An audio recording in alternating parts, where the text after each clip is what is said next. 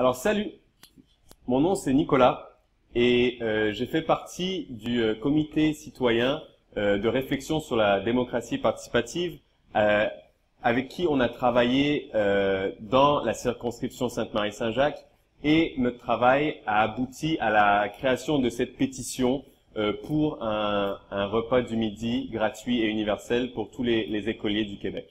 Donc, on a fait une petite vidéo de sensibilisation pour sensibiliser le public à cette cause, mais il fallait que je vous adresse une petite vidéo pour vous donner quelques détails sur quelques questions que vous pourrez vous poser après avoir vu ça.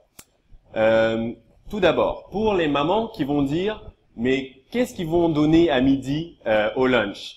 Est-ce que ça va être un lunch de qualité, tu sais, qui est sain pour mes enfants? J'aimerais vous rassurer parce que la première phrase de cette pétition, c'est considérant que le gouvernement du Québec déploie des efforts pour améliorer l'accès pour tous et toutes à une alimentation saine. Donc l'alimentation saine est le départ de cette pétition. Donc oui, si il y a un lunch qui passe, la pétition bien sûr demande une alimentation saine. D'ailleurs, un autre petit détail, c'est suite à la mouvance qu'il y a à Montréal et au Québec autour de l'alimentation saine, que ce soit le nombre de restaurants bio, végétariens, tous les gens qui s'intéressent à l'alimentation bio, au fair trade,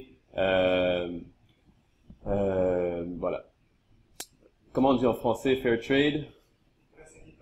Le commerce équitable. Donc il y a un intérêt global pour arranger le système alimentaire, pour restituer le système alimentaire. C'est dans ce cadre-là que cette pétition se trouve. D'accord? Donc la deuxième question que les gens posent, c'est combien ça va coûter? Ben il s'avère qu'on a fait des petites estimations. Bien sûr, c'est des estimations, mais on va les regarder rapidement. Actuellement, le coût de la mesure alimentaire au Québec, qui est pour les enfants les plus défavorisés dans les quartiers les plus défavorisés, est de 7 641 000 $ par an. D'accord? L'investissement de l'État par étudiant au Québec est de 33 000 $ par an. D'accord? La moyenne canadienne est à 36 000 et la moyenne américaine est à 41 000. Donc, avec 33 000 $ par an, le Québec investit en moyenne moins que les autres provinces du Canada et moins que les États-Unis. Alors qu'on n'ait pas d'idée là-dessus. Le Québec occupe actuellement le 8e rang des provinces canadiennes pour l'investissement par étudiant. D'accord? Donc, si avec une mesure alimentaire universelle, donc le lunch gratuit et pour tous, le montant investi par l'État québécois par enfant passerait de 33 000 à 33 500 $ par élève, selon l'évaluation, et ce qui serait toujours à environ 2 700 $ de moins que la moyenne canadienne. Donc, ça serait pas une grosse augmentation. Juste pour les chiffres, ça coûterait environ, en comptant la maternelle et le primaire et l'école secondaire et en enlevant ceux le nombre d'élèves qui étudient à la maison, ça coûterait environ 487 millions de $ par an.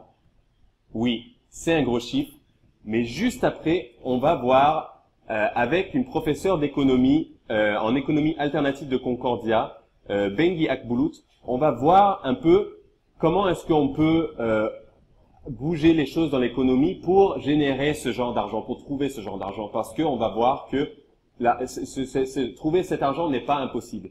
D'ailleurs, juste avant de passer à l'interview aller rencontrer Bengi, j'aimerais vous dire que à New York, la ville de New York vient juste de passer, l'année passée, vient juste de passer cette mesure de lunch gratuit et universel pour tous, d'accord? Et on parle de 1,1 million environ d'élèves dans la ville de New York. Il s'avère qu'au Québec, selon les statistiques officielles, sans compter la maternelle, parce qu'ils comptent pas les maternelles, il y a proche de 1 million d'élèves aussi, au primaire et au secondaire, sans compter les universitaires.